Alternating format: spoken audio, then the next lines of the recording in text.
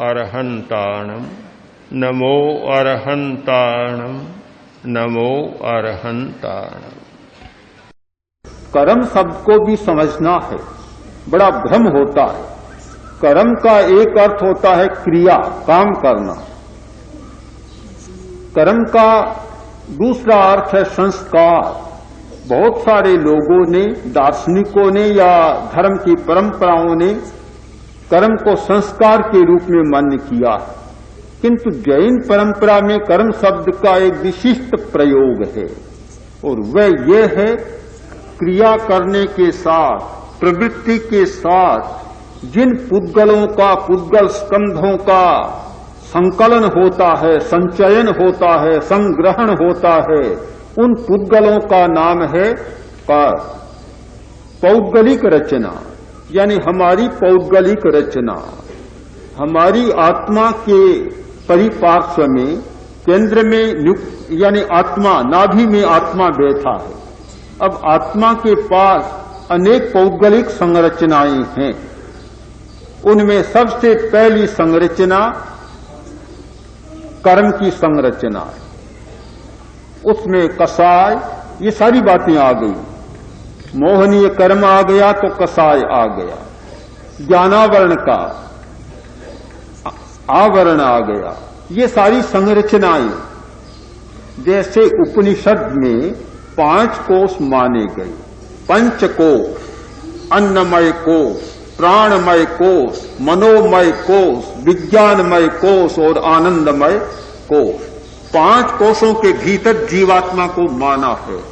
वैसे जैन दर्शन के अनुसार 8 कोशों के भीतर ये आत्मा है। 8 कर्म के 8 कोश, वे 8 कोश बने हैं। उनकी पौद्गलिक संरचना, वह पौद्गलिक संरचना जो सबसे पहली पौद्गलिक संरचना है, उसका नाम है कर्म या कर्म शरीर। अब जो आत्मा के निकट सबसे ज्यादा निकट आत्मा के, यह भी मान ले कि कोरा निकट होना ही कोई निकट रहने का मतलब निकट नहीं होता। कर्म किसके निकट है सबसे ज्यादा? आत्मा के सबसे निकट कौन है? कर्म है, और वही ज्यादा आत्मा को चक्कर में डाल रहे। निकट कोई दूसरा होता है। स्थानीय क्षेत्रावगाह का निकट क्या काम का? एक इटली का प्रसिद्ध कवि हुआ है तारक्वातो तासो, नाम था तारकाटो त्वासो। तो वह तारक्वातो बहुत बड़ा कवि था। एक बार फ्रांस के राजा चार्ल्स नवम के दरबार में गया तो उसने पूछा, कविवर बताओ दुनिया में सबसे सुखी कौन? कवि ने उत्तर दिया, ईश्वर। ये तो हमारे काम का नहीं। दूसरे नंबर का सुखी कौन? तो का जो ईश्वर के निकट है वह दूसरे नंबर का सुखी। अब ईश्वर के निकट तो यह कर्म ही है, और ईश्वर के निकट कौन है? निकट होना एक बात है और आत्मीय होना बिल्कुल दूसरी बात है। वह बच्चा आया और बोला, पप्पा आज मुझे पुरस्कार मिला। अरे किस बात का पुरस्कार मिला? किस बात का पुरस्कार? कि मास्टर साहब ने प्रश्न पूछा था तो उसमें सबसे पहले नंबर मैं आया तो मुझे पुरस्कार मिला। प्रश्न क्या था? कि प्रश्न था बताओ गाय के पैर कितने होते? तो तूने क्या उत्तर दिया? मैंने कहा 3। अरे फिर पुरस्कार कैसे मिला? ये तो झूठ का पुरस्कार मिल गया। कि नहीं, और सबने 2 बताए और मैंने 3 बताए। मैं सच्चाई के निकट था इसलिए मुझे पुरस्कार मिला। निकट होना अलग बात है और तद्रूप होना बिल्कुल दूसरी बात है। निकट में तो कर्म रहते हमारे, किंतु तद्रूप नहीं बनते, कभी आत्मा के रूप में नहीं बनते, बिल्कुल आत्मा से भिन्न रहते हैं।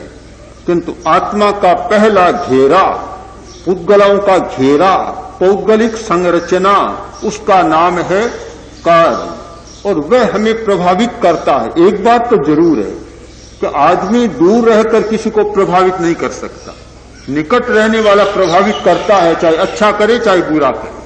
आसपास रहने वाला ही प्रभावित करेगा। अगर ये ही कर्म, मैं तो यहां बैठा हूं और मेरा कर्म मॉस्को में घूमता रहे, मेरा कर्म वॉशिंगटन में घूमता रहे, तो मुझे उतना प्रभावित नहीं करेगा। वह मेरे पास एक क्षेत्रावगाह, अपना शब्द है लोली भाव, कि कर्म का जीव का संबंध क्या है? लोली भाव, यानी एक ही मेक हो रहा, बिल्कुल एक ही भाव। जैसे दूध और पानी मिले हुए हैं, वैसे आत्मा के प्रदेश और कर्म पुद्गल मिले हुए हैं। मिलते तो नहीं, अपना अपना अस्तित्व दोनों बनाए हुए हैं।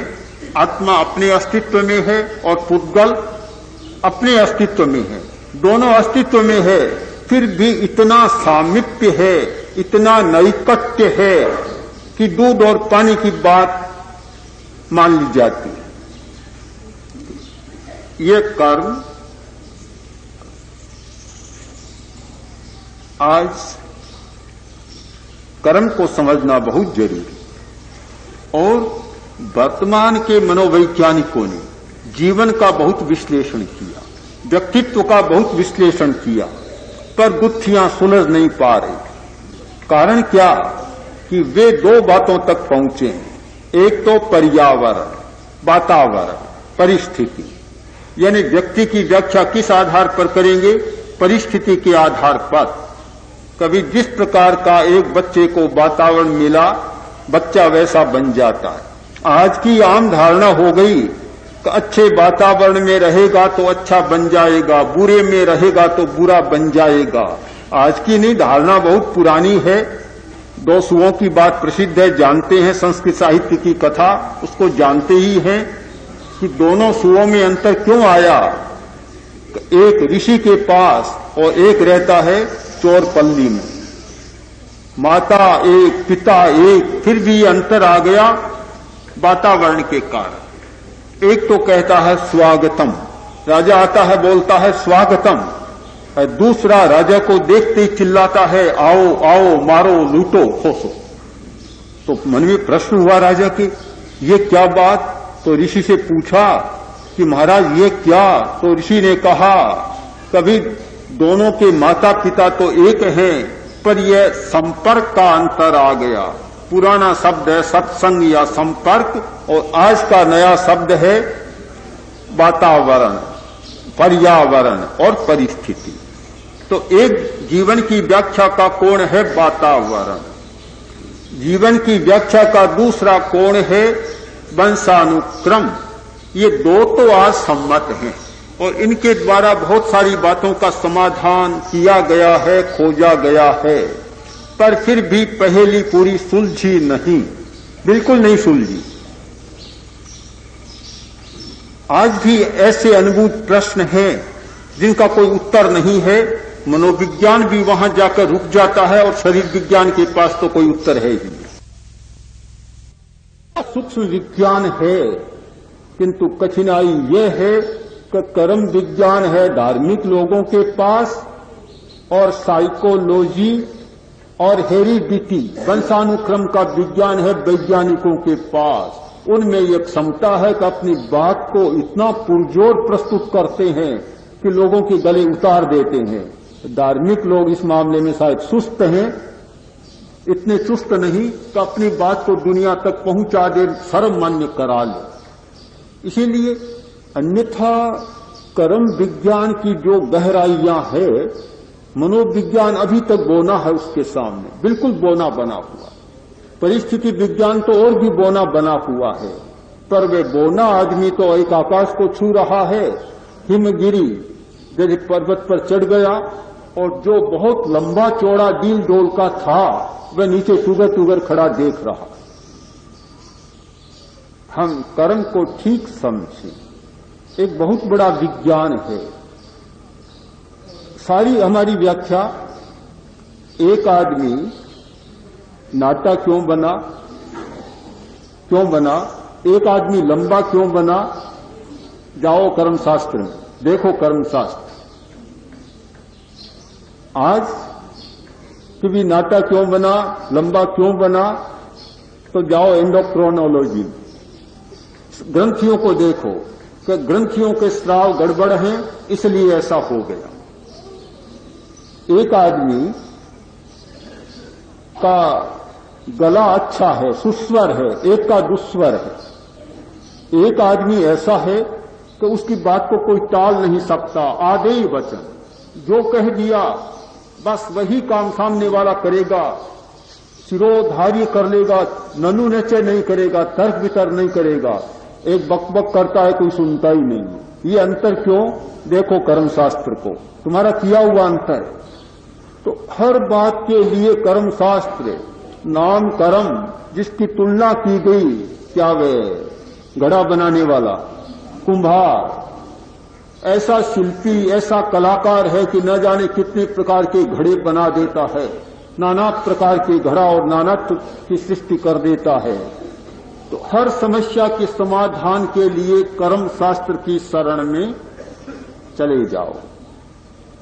ये तो शरीर की व्याख्या, इंद्रियों की व्याख्या, मन की व्याख्या, चेतना की व्याख्या, हमारे उतरते चढ़ते भावों की व्याख्या, हमारे सारे जीवन की हर क्षण क्षण की व्याख्या के साथ कर्म जुड़ा हुआ है।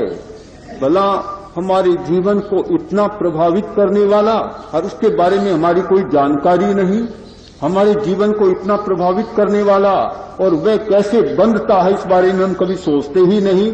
जो कुछ करते चले जाते हैं, लापरवाह होकर करते चले जाते हैं, विचार नहीं करते कि तुम क्या बांध रहे हो, अपने आप को क्यों बांध रहे हो। ये मकड़ी इस प्रकार जाला बुनती है कि स्वयं जाला बुनती चली जा रही है और स्वयं उसमें फंसती चली जा रही है।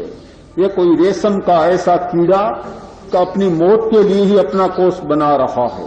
अगर ये रेशम का कीड़ा कोष नहीं बनाता तो अकाल में मरना नहीं पड़ता, गरम गरम उबलते पानी में उकलना नहीं पड़ता, पर कोष बनाता है और वही उसके लिए प्राण घातक बन जाता है। ये कस्तूरी का मृग अगर कस्तूरी का नाभा नहीं बनाता तो आजकल जितनी हत्याएं हो रही है शायद नहीं होती उनकी। ठीक वैसे ही आदमी कर्म के रहस्यों को जाने बिना इस प्रकार आचरण करता चला जाता है कि कभी सोचता ही नहीं कि मैं अपने आप को कितना बांध रहा हूं और कितने जाल अपने पर बिछा रहा हूं। कोई दूसरा थोड़ा सा जाल बिछा दे तो मायावी कपटी कैसा माया का जाल बिछाया है। अरे वह तो कभी जीवन में एक दो बार जाल बिछाता होगा और तू तो रात और दिन अपने लिए जाल बिछा रहा है, कभी सोचता ही नहीं। कारण क्या? हमने कर्म के बारे में बहुत कम सोचा है, कम ध्यान दिया है, कम जानने का प्रयत्न किया है। जैन दर्शन में कर्मवाद का जितना वैज्ञानिक विश्लेषण किया गया किसी भी दर्शन में नहीं है। यह एक तटस्थ भाव से जैन होने के नाते नहीं, किंतु कोई भी एक तटस्थ अध्येता इस बात को स्वीकारेगा कि जैन आचार्यों ने इतनी गहरी डुबकियां लगाई है और इतना गहरा प्रतिपादन किया है, जीवन के रहस्यों को इस प्रकार खोला है, जीवन की ग्रंथियों को खोला है, तो हमारा काम होता है, कर्तव्य होता है कि उसे थोड़ा सा समझने का प्रयत्न करें और ठीक समझें और आज उसका वैज्ञानिक स्तर पर प्रस्तुतिकरण करें। तो एक इतना बड़ा सिद्धांत, कुछ सिद्धांत जैनों को विरासत में मिले हैं, जैसे अनेकांतवाद, अपरिग्रहवाद, अहिंसावाद, तो उसे वैसे ही चौथा कहना होगा कर्मवाद, आत्मवाद। ये 5-7 ऐसे सिद्धांत हैं जो अपनी मौलिक विशेषता रखते हैं, अपनी मौलिक देन है इसमें। तो उस कर्मवाद को समझने की थोड़ी सी हम चेष्टा करें, गहराइयों में जाएं, तो अपने आप को ठीक समझ सकेंगे, जीवन की ठीक व्याख्या कर सकेंगे, जीवन की घटनाओं में तालमेल बिठा सकेंगे और भविष्य के उज्जवल भविष्य के निर्माण में और हमारा मार्ग प्रशस्त हो सकेगा।